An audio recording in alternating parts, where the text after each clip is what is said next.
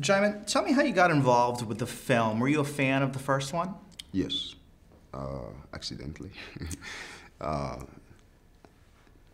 Yes, I've watched the first one, and with my kids, and then one day I got a call to come in for Drago Blood Vest on How to Train Your Dragon 2. So I was like, wow. Wow, my son was excited about the first. That would be great to, it would be a great opportunity to, to have this as a, to carry my legacy, I guess, yeah. Tell me about Drago Blood Vest.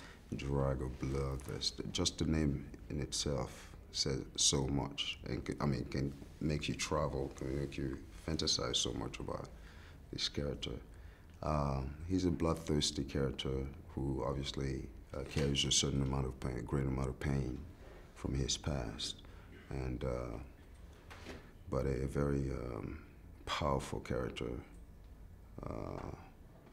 in desperate need of indoctrinating dragons. So somehow I feel like in trying to cultivate Drago Bloodvest's backstory, I'm sure dragons have something to do with his default system. You see what I mean? Absolutely. How did you bring Drago to life in the recording booth? I'm sure it's a little bit different experience for an actor.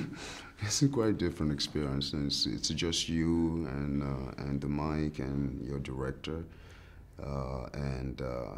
Unfortunately, it's only on this stage in Cannes that we finally met all the cast, sort of met, So that in itself, that's the side that's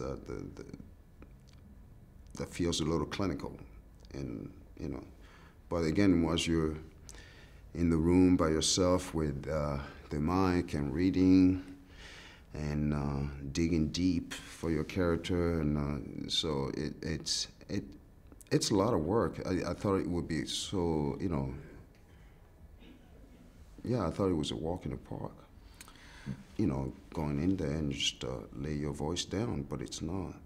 There's so much that, and I find myself so, being so, it was exhausting. I would feel like I was, working out. It's interesting you mentioned that you had just met most of the cast for the first time. You must have to really rely on the director, Dean DeBlois, throughout the production process. Tell me what it's like working with him. Well, Dean, you would come. Dean, obviously you have your early draft of the script, and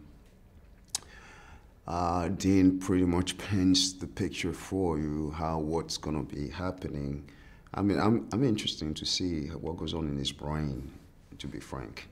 So he kind of tells you this. So this is gonna happen here and that in this scene. This happened and that happened, and then you fly over here, and then you. So all that, your voice has to do all that. Interesting.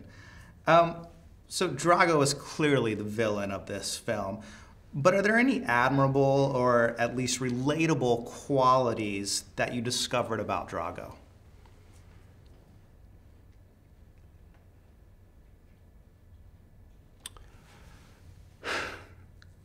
I tend to think that when you count a story, when you portray a character, being the instrument of interpretation, part of you is going to be left in it. Interesting. Thank you very much, sir. Thanks so much, buddy. Appreciate it. Yeah.